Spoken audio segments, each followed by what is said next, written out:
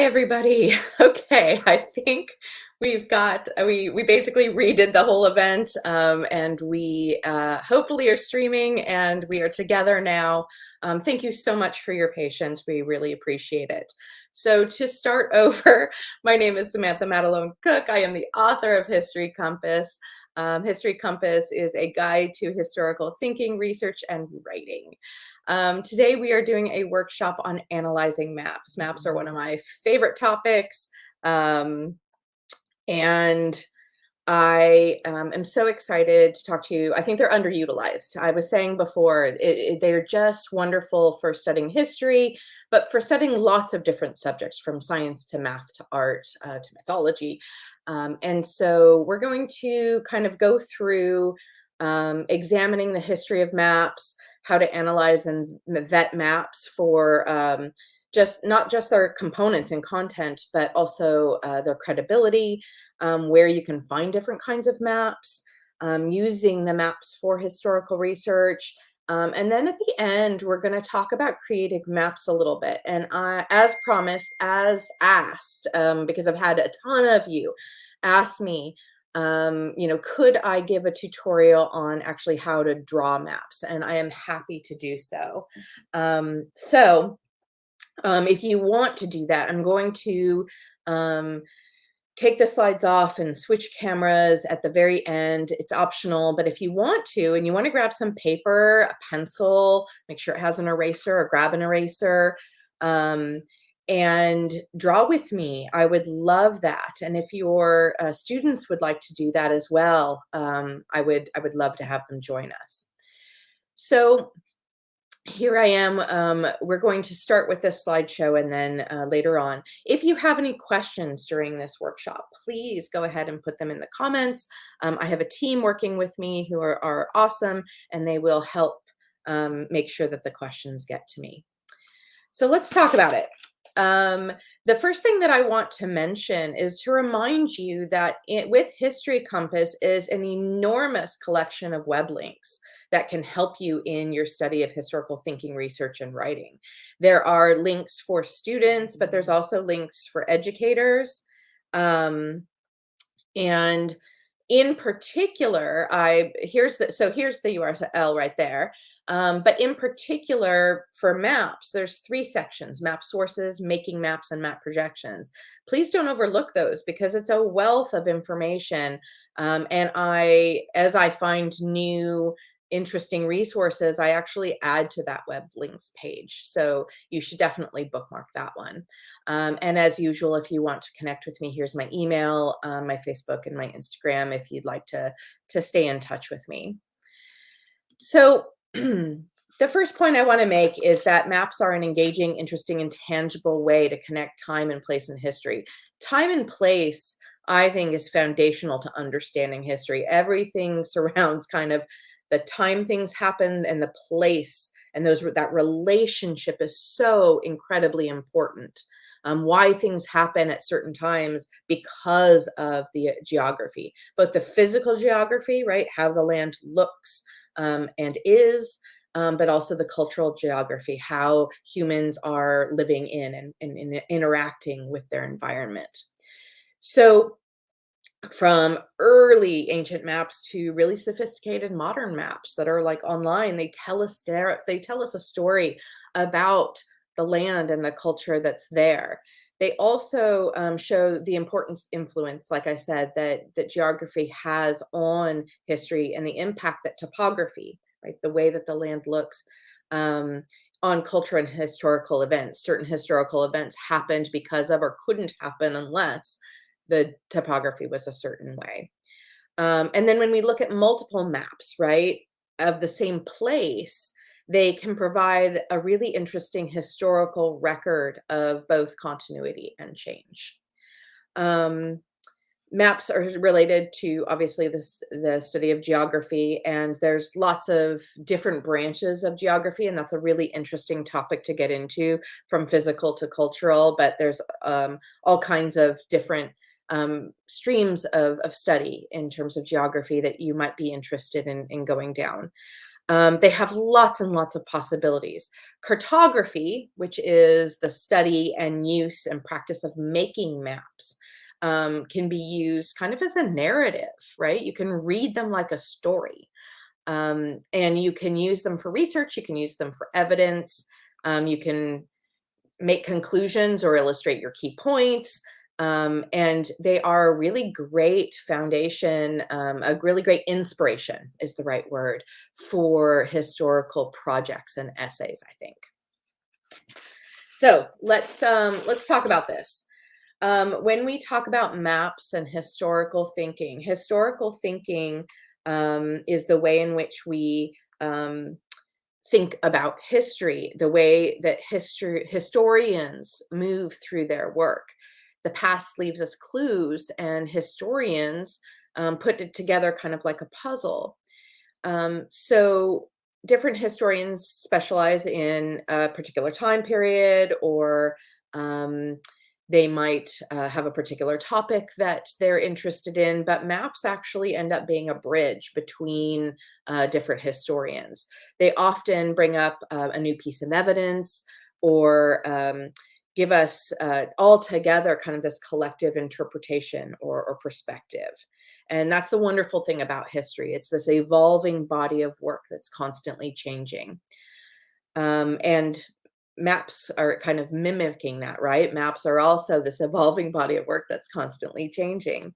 They also really speak to historiography. I've talked about historiography before, so I won't touch on it too much, but that refers to the methods and techniques and approaches to history, to sources and evidence that historians have used over time to develop the story of history. And maps are one of those pieces. So because of that, maps can kind of reflect that evolution of historiography. For example, these are two great examples here on the screen of Jerusalem and the Crusades. So the one on the left is of Jerusalem. And it's really specifically looking at the Crusaders' relationship to Jerusalem and this sacred site, whereas the second one is an Ottoman map. It's a 17th century Ottoman map of the Mediterranean region. It's called A Map of the Crusades from the Point of View of Islam is the title of that piece. And so we can look at those main historical questions that all historians use: when, how, what, where, who, and all of that, right, is so what, right? All of these questions we can ask of maps just like we do any other historical question. I also want to point out that maps can be really practical. So in every state, you would have a state history in either the fourth grade, or now in some states, it's required in high school level as well. And so maps can be used to address both state and country and national history for sure. But I wanted to specifically talk about state history because it's really accessible. It's a smaller region. If you were in the US, if you are not in the US, you still have a regional province or county that you can look at.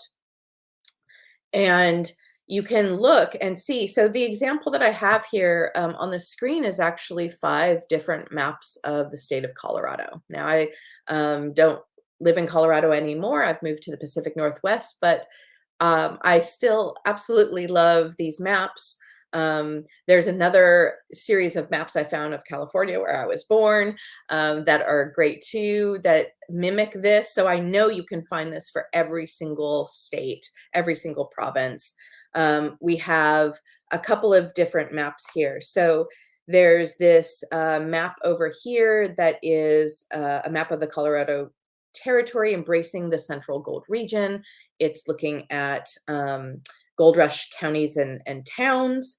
There's this interesting map in the middle that is actually in History Compass. I use it as an example because it's kind of a heritage map.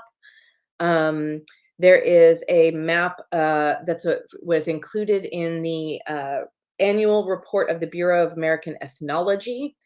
There is a transportation map, and this map is from native lands. It shows the indigenous nations that inhabit those lands and traditionally. So you have 5 different really great examples of how to explore a time in and place, and a place in different times and from different perspectives that give you a much more well-rounded picture of this place. And it's one way in which to explore history and explore the themes and topics that you might be covering while you study a particular place, like a state history. Even at the most simple level, you can collect information from these maps. So I just pulled this off of History Compass. These are these are the historical thinking questions that um, all historians, seek to be able to do. And as we are moving towards being historians ourselves, these are the things that we should focus on. I'm not going to spend a lot of time on them because I want to go to this map where we kind of can start, looking at historical thinking and how we can use them, these basic questions as a foundation, right, to study and write about the past. So these are 2 pictures of the Roman Empire. And the first one is a map of ancient Rome in 117 CE, which is really considered by most historians to be the height of the Roman Empire. It's at its largest. The second picture on the right is of all of the roads in the Roman Empire sort of highlighted.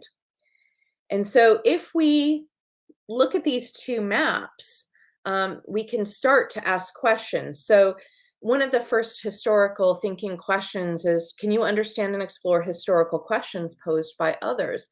So we can look at, well, what questions have already been asked of this? In particular, there might be, and then compose historical questions yourself. So maybe some people have asked this question, some historians, they certainly have asked some of them. Maybe some of these questions you would be asking yourself. So some questions I came up with. How did the roads help the Roman Empire conquer new lands? How did the role of geography play in the success and failures? How did the topography help or hinder the building of these roads?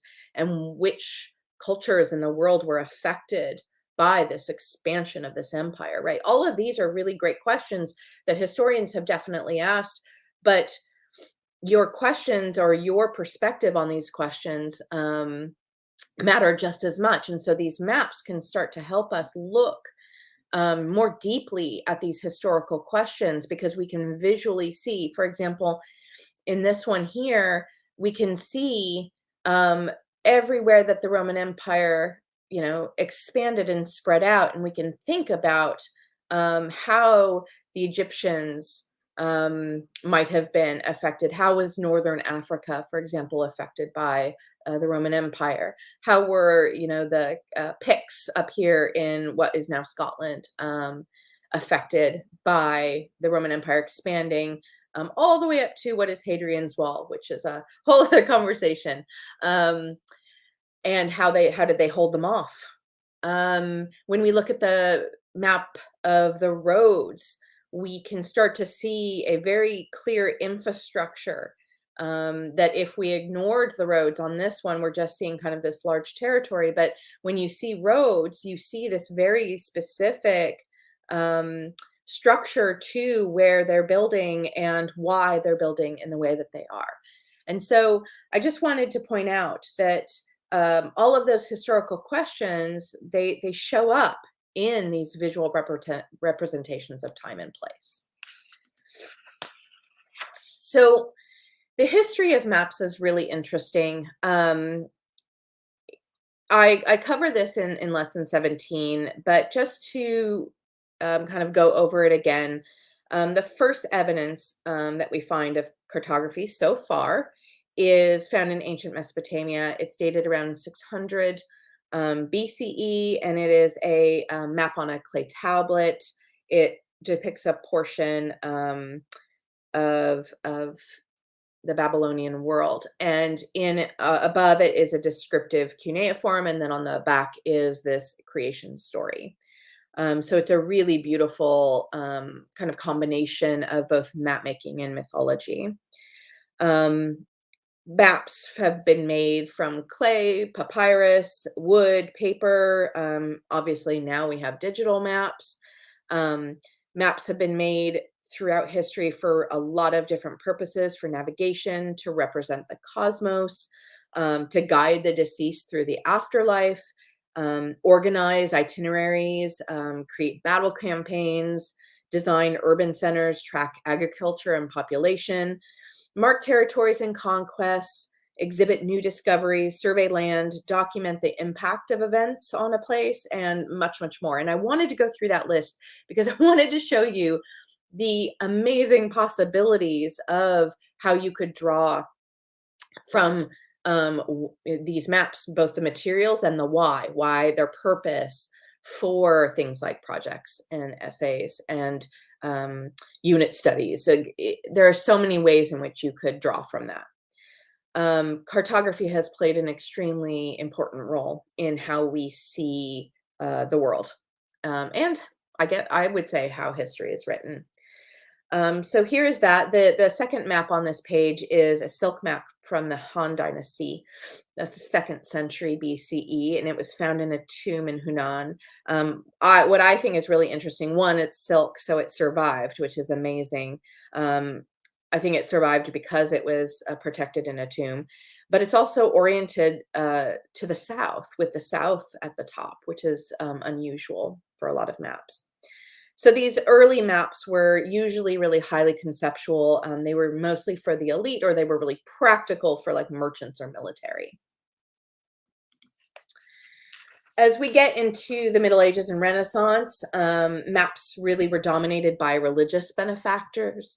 Therefore, they weren't just projections of like the physical environment, but also a very mostly Christian worldview of the divine order. And I think that's really important to understand, especially any map coming out of what we would consider Europe during this time.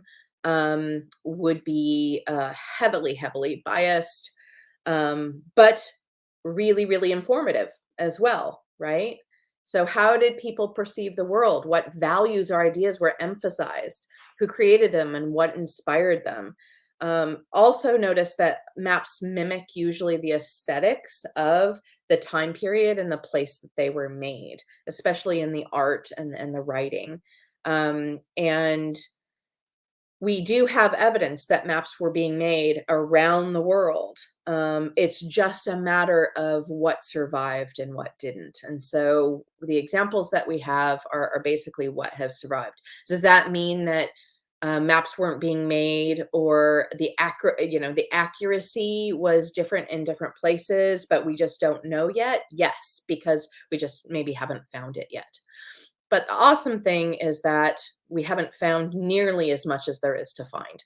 Um, I remember hearing an Egyptologist say that we have only found, for example, about 10% of what there is to actually find just in Egyptology.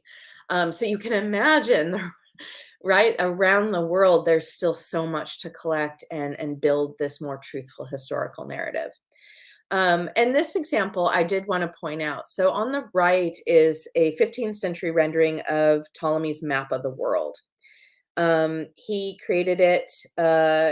He first created his descriptive atlas in Alexandria in the 2nd century, and it was considered kind of their best map that there was until around the 15th century. So you can imagine it influenced the world and the way that that many people saw the world for a very long time. That's 1300 years. And he had a huge list of like coordinates for other cities and known locations, but these are kind of theoretical too, because most of this was built on hearsay, like what travelers told him or what other explorers told him. Um, and you can see very clearly that this influence, right, of the classical world with these 12 faces representing the classical minds really heavily influenced the art as well. So he's really projecting a very specific viewpoint. I wanted to include this map of Great Britain on the left because Matthew Paris um, did this really interesting map of Great Britain. I actually think it's quite beautiful in its design. But he relied heavily on Ptolemy's work, and so you can see that it's that work did not just exist in a vacuum, right? It actually influenced other work that people used and went on to view as solid and correct. And so you can see it's like a big game of almost operator sometimes, where maps will start influencing other maps. And even if there's inaccuracies, right, that those uh, themes or those shapes or those the topography, whatever it is, will continue on even if it's not correct. And that is just important to the study of history as accuracy is. Um, okay. And then we have some maps that we can look at in terms of how they contribute to progress and decline, cause and effect, how do they inform or educate. The first map up on the left, top left, is a map of Lewis and Clark's track across the western portion of North America from Mississippi to the Pacific Ocean. It was ordered in 1804. And the bottom right is actually a digital map that I'll talk about in a second. But I want to talk about the Lewis and Clark map for a second, because this continuity and change and progress and decline, Lewis and Clark was sent out for a very specific purpose. Now, there are historians who are arguing that their legacy is not particularly significant because they were not the first non-indigenous people to kind of go that direction. They didn't find an all-water route across the continent. They failed to publish their journals at a tiny, the whole thing was not actually as impressive, right, as some historians are arguing, as we all have been led to believe. Nevertheless, their expedition did, in fact, contribute significant geographic and scientific knowledge of the West. It definitely expanded the fur trade and strengthened U.S. The U.S. claims to the Pacific, and so it caused those contributions are both interesting and harmful. The other important thing to look at is it's really informing us of how they view the land, how they viewed the land. And it has absolutely no evidence of the point of view of two people that I think are very important on this expedition. One is Clark's enslaved man. Clark brought along an enslaved man named York. Sorry, that was a bit of a tongue twister for me. And so he is not represented on this map. Neither is Sacagawea, who was an indigenous woman who also accompanied this expedition. The expedition survived because of her. And again, her perspective is not on this map either. And it's very interesting to not only see at the contributions and the failures that this map represents, but also how would these maps be different if the perspective of either York or Sacagawea was included in this map. The other map is a map that I actually first found when I was creating a lesson plan. So Pandemics in Progress is when the pandemic happened, I, along with several other authors, contributed to a unit study on the pandemic, and many of you may have already done this. But the history of pandemics was really interesting to me, and I found this map that was showing global cases, but it also had a section where it was comparing and contrasting the impact of the Spanish flu of 1918 to COVID.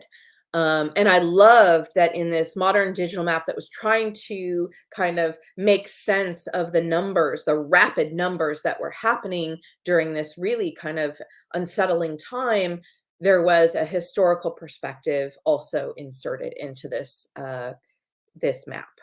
So I just wanted to point out these two maps really can show us, these two kinds of maps can show us this, not only educate us and inform us, but show this progress, this decline, this cause and effect.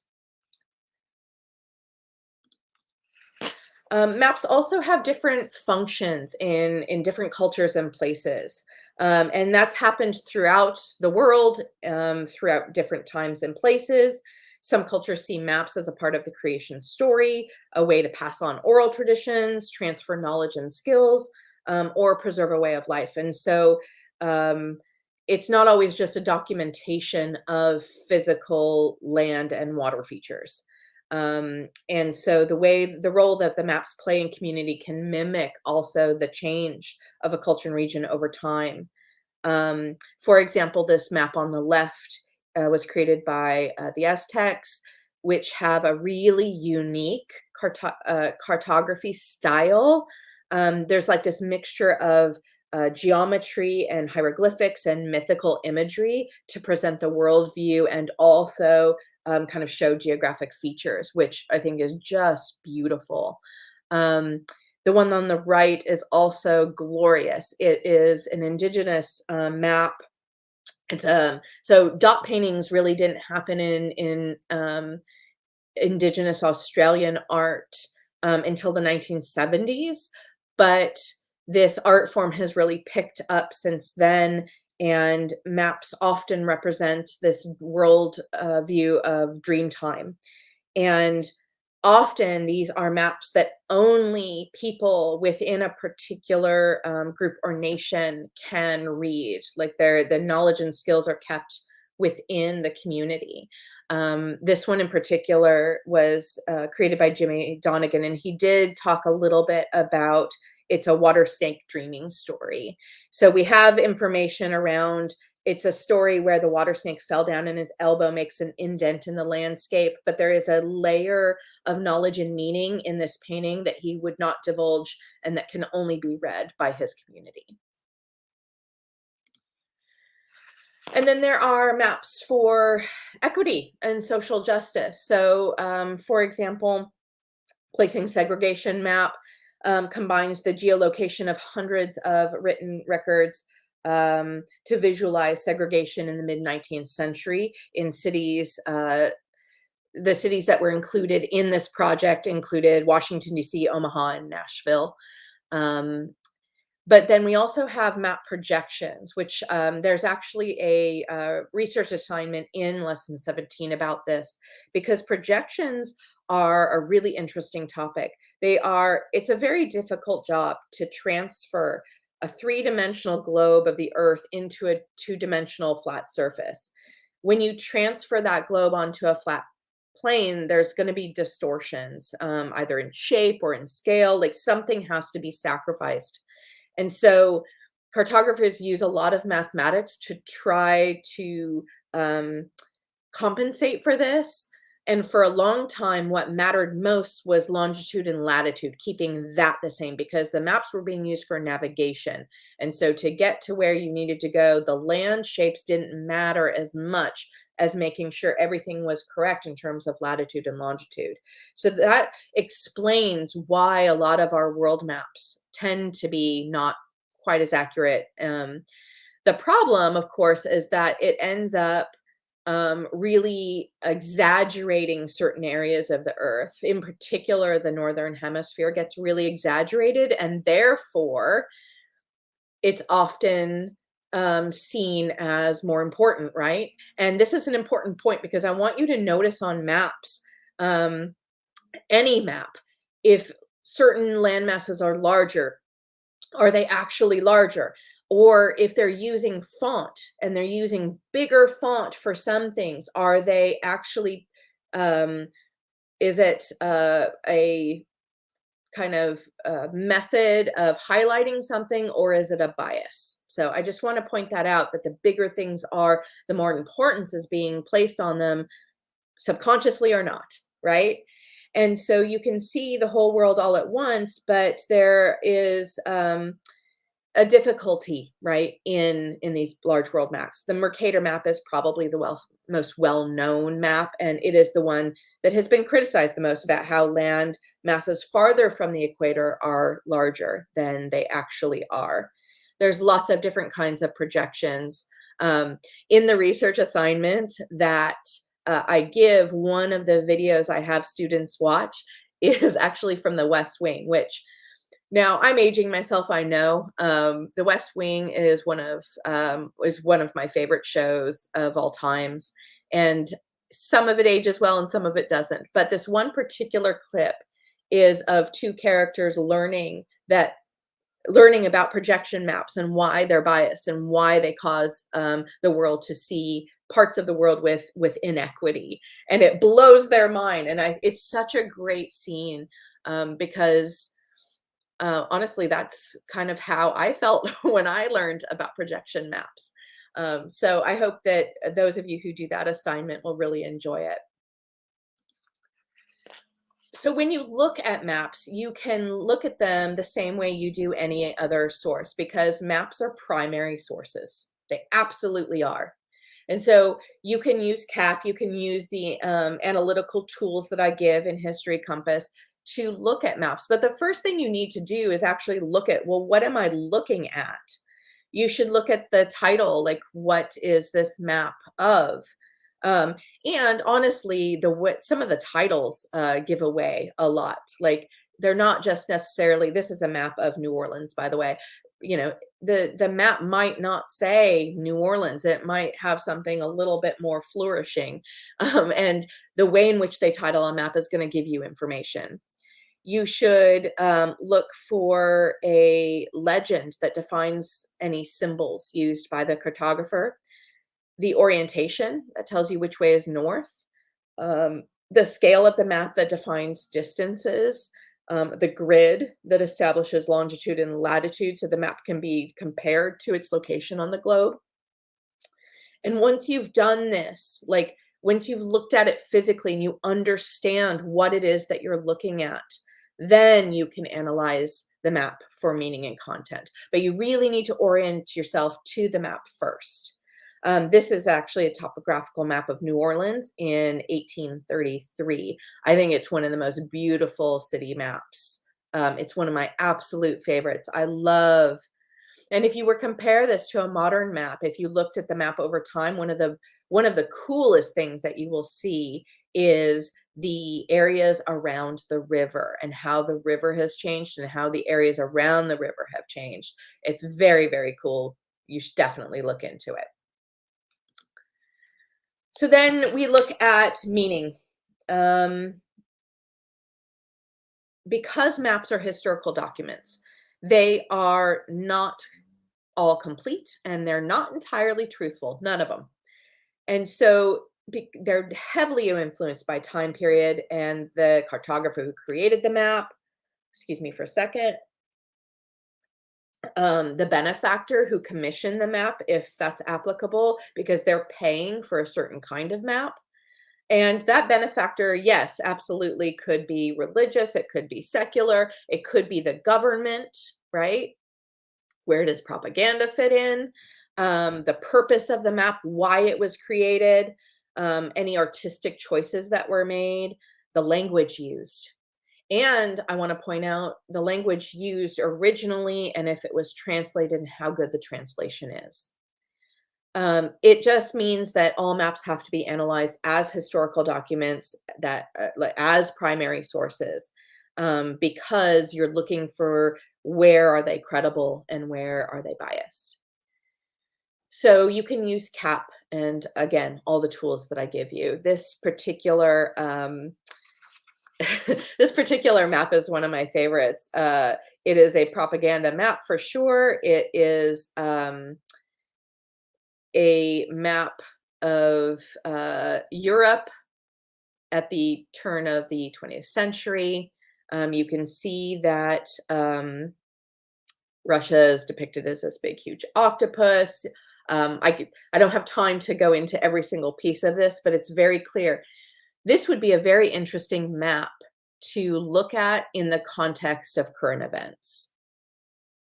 I want to point that out because there are issues in the world. There are events going on in the world right now where you could make some direct parallels. You could make some comparisons and contrast. So I just wanted to point out that this map was serendipitously in my slideshow, but current events are actually really related to what was going on just over 100 years ago. A great project would be making propaganda maps or collage maps. That would be a really fun project to do with your students. When you use maps for historical research, there's lots of ways you can use them in your writing or projects. Because they are historical documents, they can serve as evidence for any claims or conclusions. You can analyze and interpret them. You can use them to support your ideas. You can also pull statistics and data from maps, though you should definitely verify the information that you get from them with multiple sources to make sure they agree. They can also be secondary sources. So they can provide interpretations of information or reference for more research. So they basically can serve as any kind of source, primary, secondary, or tertiary. And they are super interdisciplinary. So they cover all subjects. You can find math, science, art, mythology, history. You can follow the journey of historical figures through different maps. And interleaving, which I believe I've mentioned before, but I'll just quickly readdress, is the idea that when you study multiple subjects at the same time, you actually learn each subject better than if you had just studied it on your own. That's a simple definition of it. And so maps provide that again, because they're so interdisciplinary. They're able to kind of contribute to this process of interleaving. So examples that I have here are two woodcuts, both of the idea of utopia. So the first one is a map of utopia, the one on the left. It's a woodcut from 1518 by Ambrosius Holbein. He was a painter and a printmaker. And I really would love for you to especially look at the way that the utopia sort of creates the shape of a skull. It kind of suggests that death and destruction lie within the idea of utopia. And I love this particular depiction. Again, he's an artist. Whereas the other one is a map of utopia by Ortelius in 1595. He was a cartographer, a geographer, and a cosmographer. So he was very interested in the physical representation. And so he kind of followed the exact concept of utopia based on the book. And so it's two very different interpretations of the same thing from two very different approaches, points of view. What a really fascinating comparison to make if you were studying both history and literature. One of my favorite collaborative projects with students is to build a utopia together. We set aside a big table. If you have a folding table, this is actually the best way to do it.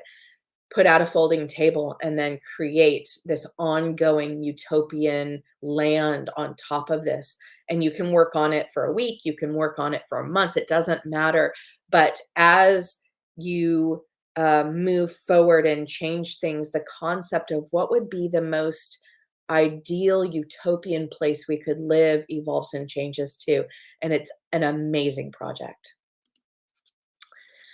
When you use maps for historical research, I want you to start thinking about the ways that we look at history. So you could research maps in terms of chronology. You could think about them in terms of periodization. You could look at different regions. You could look at subcategories, right? So only maps that deal with women's history or Black history. There's lots of different ways to think about history, and your maps can reflect whatever pathway you're choosing or the multiple pathways you're choosing. I also want you to look at the way in which maps impact time and place. Um, so the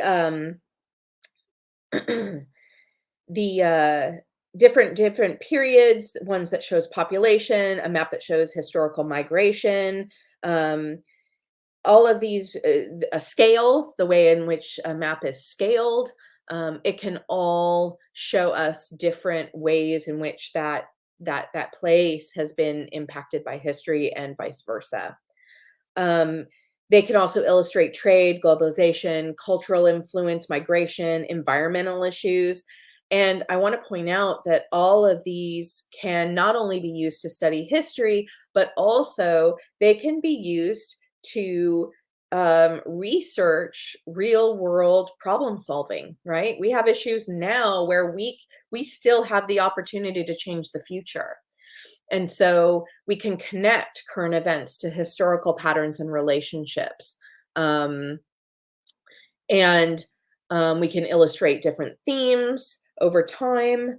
And we can study history in reverse. We can start with a modern map and we can go backwards. My team is telling me that we are having trouble getting any live questions, but you can leave a question in the Facebook event, and I can get to them as I see them. And if there's enough of them, I will go ahead and produce another video. So don't worry. Um, I'm so sorry about the technical issues today, but that's just the way it is sometimes. Um, and then I wanted to point out one last thing, which is maps can relate to other subjects that you are studying and kind of cross-pollinate history and cartography into these other subjects. Now, I'm a big fan of fantasy literature, and in particular, I love Tolkien's work. And Tolkien, there's this great map. This is the very first map he did of Middle Earth, and I want to point out it says "Do not write in this margin." He did it anyway, um, but he did this beautifully. He ignored that obviously and did this beautiful map, this geographical map of the land that was in his imagination. But I found this other map from John Ogilvy, who lived in the 17th century, and the similarities were just so startling to me. Now, Tolkien was in the war and he actually had lots of access to different kinds of maps. He was also a historian and a linguist. Um, and so the possibility that he came across this map or a map like this is very high. But this quote, "I wisely started with a map and then made the story fit." He saw the importance of maps and how maps are the foundation of grounding us in our time and in our place. And so you can do some cross-referencing there. I know a lot of fantasy books, not just fantasy books, though. A lot of books in general have maps in them, but I've noticed that there's an uptick in fantasy books having maps either in the kind of in the front or in the middle. And you can start doing some study as to the historical references or history, right, of these maps and really connect your students' interest with history. I think that's a really great way to kind of get in. And I use pop culture all the time to show that, again, nothing is an island, right? It's all interconnected. So where can you find different kinds of maps? You can find them in libraries, museums, online, historical societies. There's map databases. Again, remember that web links page that I mentioned in the beginning because it has a ton of them. There's online collections, digital GIS sites, and statistic data sites. There's also atlases and gazetteers that also have maps. You can purchase or borrow maps. Um, I am I have a huge map collection, and I still use every single one of these resources. So when we talk about creating our own maps, the first question is why? Well, first of all, creating maps is a really tangible kinesthetic experience. It also creates muscle memory. You know a land better when you've drawn it. Um, it helps with spatial relationships, and and it displays historical thinking. I've absolutely talked about how drawing is the foundation of writing. Writing is thinking, drawing is thinking. And so making maps, whether it's digital or by hand, it doesn't matter. It's a different way of thinking. And so I really encourage all of you to at least get some experience in creating your own maps. I know that I have a Google Earth project in lesson 17, which is great, but I really encourage you to get your hands dirty and start making some maps as well. Um, I've done things like individual maps, and I've also done huge wall maps with students over the course of a unit or an entire like semester course. Um, I I'm going to go over the features of these maps in a second, but the one thing I will say about any sort of digital project, either Google Earth or GIS, is that you want to learn the tool before you start creating your maps, because otherwise it gets a little frustrating. So just take a little time to understand the tools and what they do, and it'll just save you time and energy. You know, work smarter, not harder. Um, you can underline particular events and ideas with drawing your own maps. For example, drawing the Fertile Crescent and really making an emphasis on understanding the land features that made Mesopotamia in particular possible the way that it was. Or the Cumberland Pass and how people got from the east kind of through to the west in the United States. The topography is just as important as kind of the cultural, both density and inhabitants um, in understanding the Cumberland Pass, for example, or in the Second Punic War, Hannibal's route from northern Africa into Europe. Understanding and drawing out that map gives you a much greater sense of not only what he had to do, what his army had to do, but also like the significance of it and the accomplishment of it, regardless of the end result. So, um, making your own maps actually does have a significant impact on a student's understanding of what they're looking at. And also, sometimes maps are missing, right? And so sometimes we can make maps to sort of fill in, or we want to put together, you know, how like we make timelines, right? To put information so that we can see it visual. We can make maps for the same reason, to like visually represent the information that we want to see all at the same time. And if it doesn't exist, you can make it.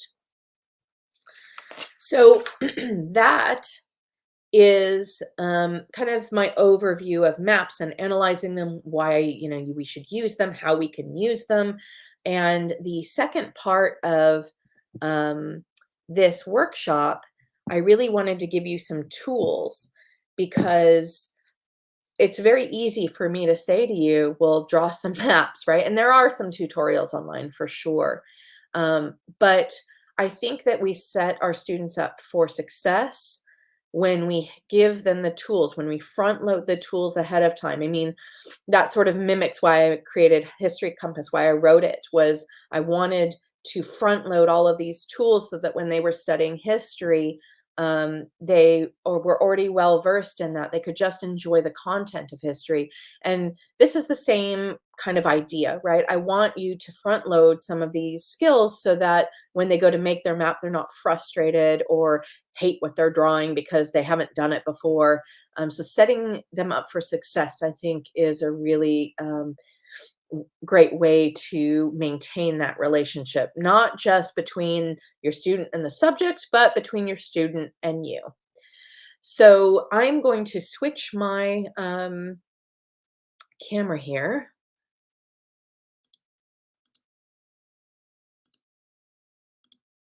away from stage. Okay, there I am. Hello. And then I am going to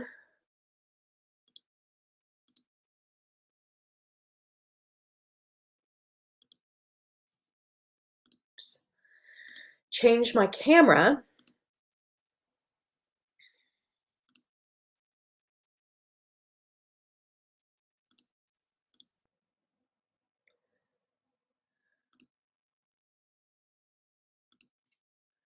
Okay. There we go. I think it's right now.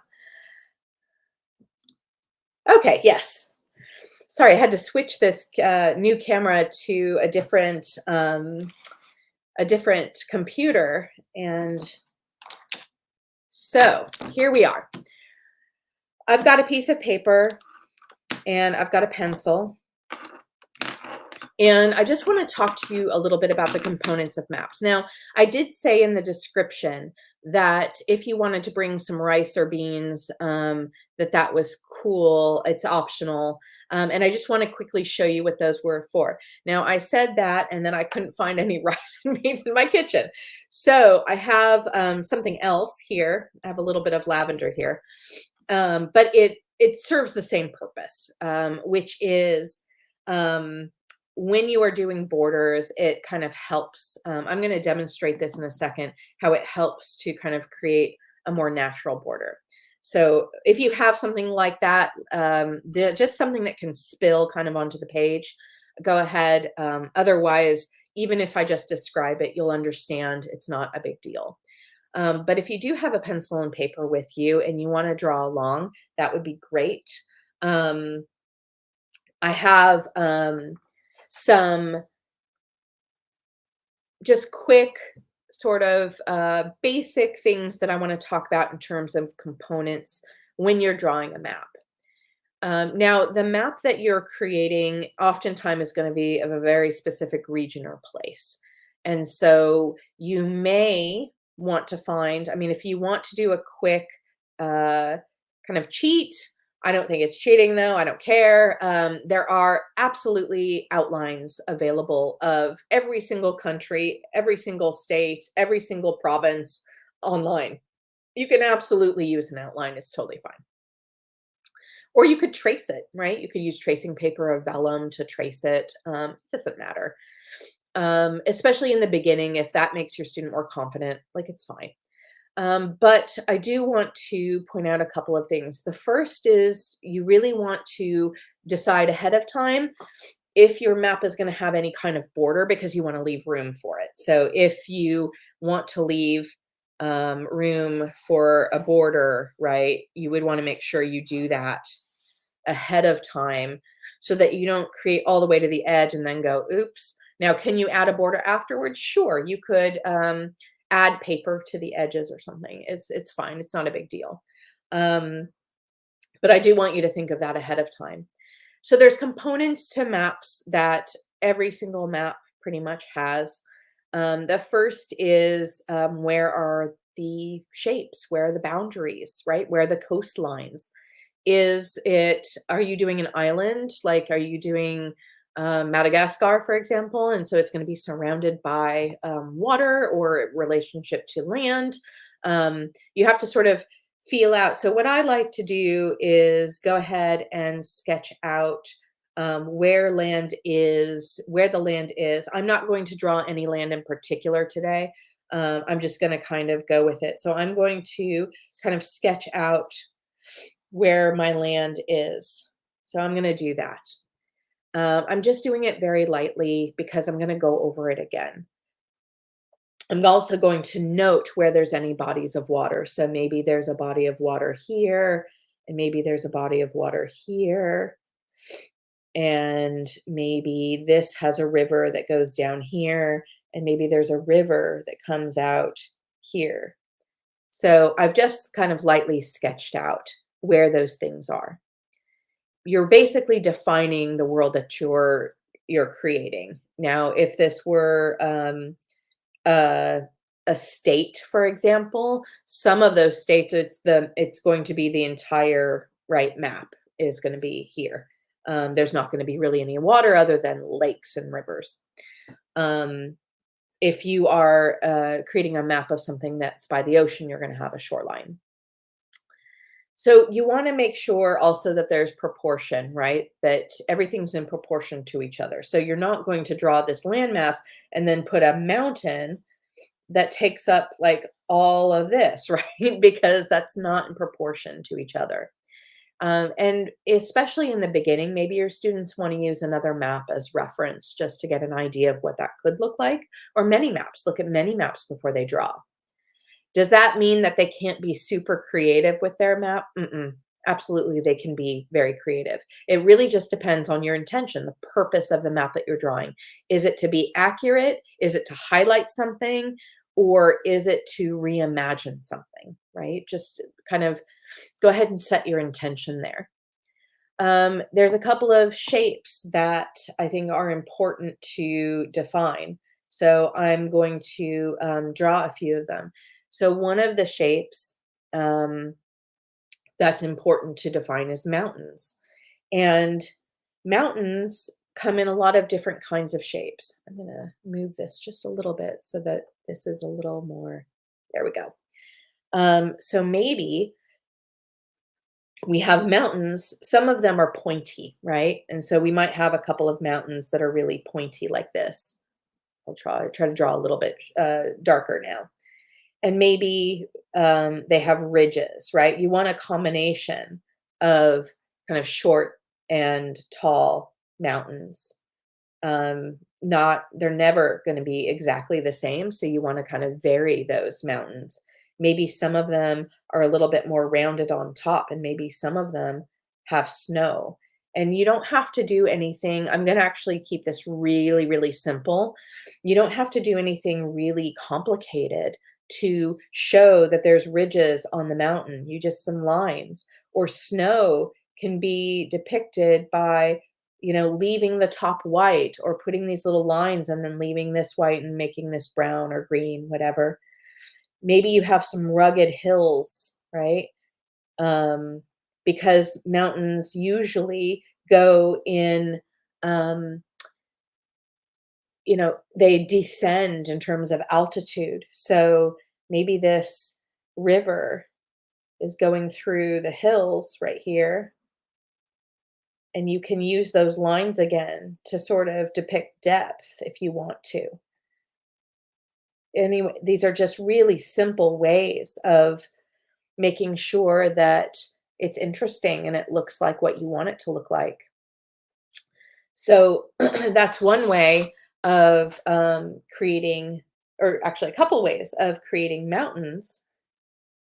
So I'm going to create a couple more mountains on this side right here. And then, you can also make marshland, right? Just with texture. Maybe you do some lines and then little plants that come out of the ground like this. Or maybe you have a desert. And so there's a rock here and there. Maybe there's a cactus. Um,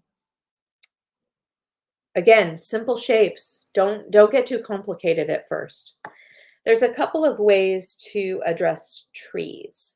That's a question I get a lot. One, you want to determine the type of trees. You may want to do individual trees, or you might want to do groups of trees.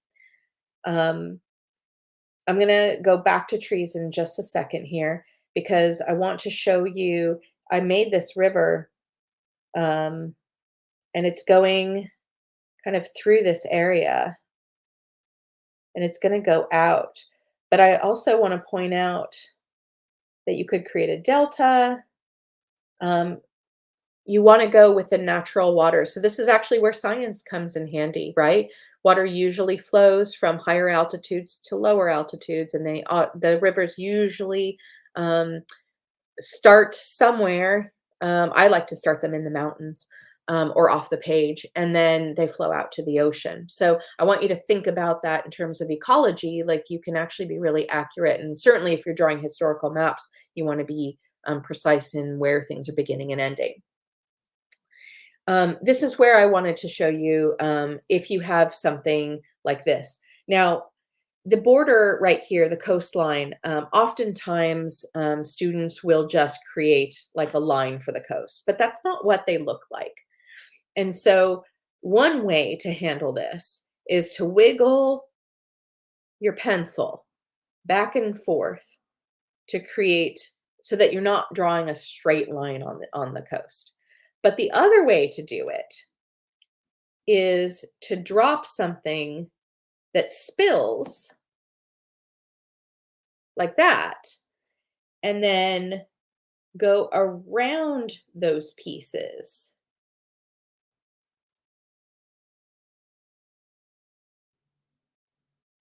And then you can see that if you do that, it prevents you from drawing the straight line. And that is the purpose of that little tool, is to prevent you. It's also a great tool for fantasy maps if your student's really interested in that. Um, I'm going to just kind of put that off to the side. Now my hands smell amazing though. I'm glad I used the lavender. But the coastline you want to make sure is, and then I'm going to come in right there like this because the river comes in. Um, again, just kind of, you don't want it to be a straight line. Okay.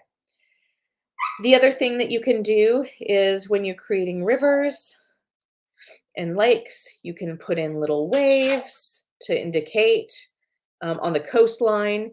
You can follow the coastline for the wave line like this, right? This is all just things that make your map look more realistic. That's all. So we can do that. We can follow that. In terms of forests, I'm going to actually move up to this one because I'm actually going to not do a piece of water there. What I'm going to do is there's two ways in which to do it. So you could draw individual trees, right? We could just do trees like this.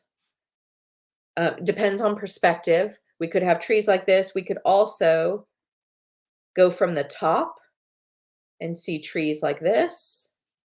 But what if you have to do like a huge forest? Then go ahead and map out like where it is that you want your forest. So here's my forest. And then you're going to start filling in your forest like this. It just makes it so much easier. Or if I wanted to do the top view, I could start filling in, and you want to make sure you vary the sizes because not all the trees are the same size, right? So you're just going to fill it in over and over and over again. I'm not going to finish it because I want to make sure I'm cognizant of your time. But right, over and over and over, and then you get a forest. The wonderful thing about this is when you go to color it, you can use a shade, you can shade all the way around it and ends up looking very 3D. It's beautiful. Okay. There are, let's see, we've done mountains, we've done forests, we've done rivers and waters, tributaries. We can remember that water will always go around obstacles and it will always take the easiest path. So you might want to keep that in mind. Um, again, a particular place, you're going to see exactly where those things should go. If you are going to label anything at all, You can use different fonts. So for example, I have this great paper that I used in one of my classes. You can use different fonts and you can create your own fonts, or you can print them out on the computer and then like glue them on. If you're going to do any sort of village or castle or towns, you will want to do different kinds of buildings. But I wanted to show you, there's a couple of different ways in which to create a town. So maybe it's really far up. So you're going to create whatever the center of is first. And then you're going to branch out, right? So here's some buildings. Here's where the roads are. So this is from really, really far up. But if you're closer up, there's different kinds of roofs that you can do. Again, this is all about geometry, right? So you might want to create a roof and then put a line in the center and a V here and an upside down V here, and you've got a roof, right? A roof that looks not flat. And then you can decide what kind of tile is on the top of the roof. This is for very close up. I did one, let me see here. I did one in my fantasy map making class, which I realize isn't historical, but I did want to show you that when you have a building here, you can like start to build agriculture if you want to. You can start to build water. Obviously, the dragon is optional here. But this would be a closer view. This would be a map that's much, much closer versus one that's much, much farther away. And then, of course, you have maps where it's showing land where you wouldn't really even see smaller things. So I wanted to show you some types of maps that students had done in my classes as examples. So one would be, oops, there's still lavender everywhere. One would be this map was created. Actually, this was a collaborative map, and then the story is written all around the border. And I think it would be very cool to make a map of a certain time and place. Let's say it's the Battle of Hastings. And you make the battle and you make the map and then you write the history of it around the border. I think that would be an amazing project. I also have a map here that has a legend, right? This is an example of a legend that's included within the map. And then symbols are used to represent different regions instead of words. That's another example of how you can address a map. Maps can be really simple and small. This one has a very tiny border. Then maps can be one of the favorite projects that my students did is a relief map. So we used a canvas board and we used heavy gel medium. And you use just a palette knife to use the heavy gel medium and create layers of mountains or valleys, whatever you want. In fact, I can turn it so that you can see. This is relief. It's sticking up. Make sure that you let this dry completely for like 48 hours before you paint it, but then you can go back and paint it and you can see it has beautiful texture. This was a real favorite of my students. We can also make travel maps that rely on a particular place. I brought out a couple of favorites that I wanted to show you to give you some ideas. So this one has a compass rose. It has a collection of leaves, they're paper, and rocks from this very specific place. It's in a little tin. I can answer more questions about how to make these online if you would like. And then this one has information about this land. Now, this one was a fantasy map, so it has a volcano and a dragon flying over it for sure. But my point Let me see if I can get you a better view of that.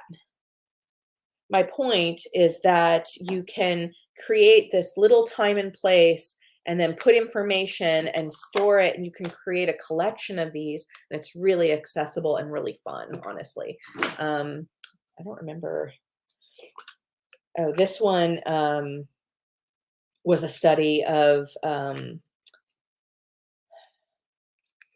to remember what place it was. This is not the original information, but I believe it is a place in Africa, if I'm remembering correctly. Anyway, it's this one. So some of them I used heavy gel medium with the students, and this one is clay. It's air dry clay. So you can also use air dry clay in this. And then we painted it, and then we used Mod Podge has this amazing glue that dries clear and thick, and it creates this water effect. So there is some material hacks for you right there.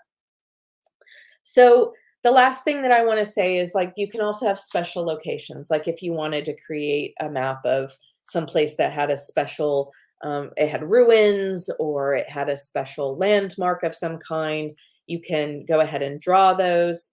If you're recreating a historical map, you do have the opportunity often to put a dragon or a sea monster in your ocean, because those show up a lot, particularly in maps from like the 14th through like the 17th century. We see a lot of them. They're fantastic. But you, again, if this is too much, like, you can use icons, you can use little dots for a path, or you can use, I'm gonna use a pen here. You can use round with dots. You can use stars. You can use X's. It doesn't matter as long as you know what it is that you're representing. And your legend doesn't have to be on the map. It can actually be a separate piece of paper if you want. Let me see. Is there anything else I want to say about, oh, any heraldry or shields? Again, that would be very specific historical maps. You maybe want to draw them first to get some practice.